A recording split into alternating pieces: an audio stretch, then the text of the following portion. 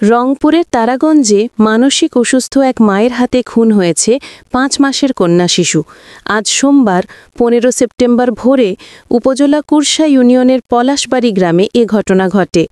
Police ও স্থানীয় সূত্রে জানা যায়, শিশুটি কান্নাকাটি করায় দাদি পাতানি রানী সকালে মা তুলসী রানীর হাতে তুলে দেন দুধ খাওয়ানোর জন্য।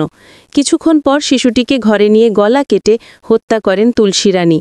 পরে রক্তাক্ত দেহ স্বামী বাবুলালের হাতে তুলে দেন তিনি।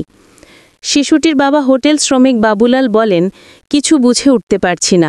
মাসখানেক ধরে বউ অসুস্থ জন্যে বাচ্চাটা আমার মায়ের কাছে থাকত। আজ ভোরে দুধ খাওয়ার জন্য কান্না করছিল, এজন্য ওর মার কাছে দেয়। মেয়েটার কান্না থামল, কিন্তু এভাবে থামবে ভাবিনি কোনো দিন। শাশুড়ি পাতানি রানী জানান, ৫-৬ দিন ধরে নাতনি আমার কাছেই ছিল। সকালে কান্না করছিল, তাই বউকে দিই দুধ খাওয়াতে। কিছুক্ষণ পর দেখি ছেলে হাতে করে গলাকাটা বাচ্চা নিয়ে দাঁড়িয়ে কাঁদছে, বউ শুধু চুপ করে আছে।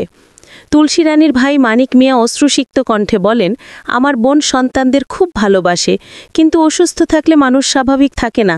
সুস্থ থাকলে এ কাজ কোনো দিন করত না। তারাগঞ্জ থানার ভারপ্রাপ্ত কর্মকর্তা ওসি এম এ ফারুক বলেন, ওই নারীকে আটক করা হয়েছে।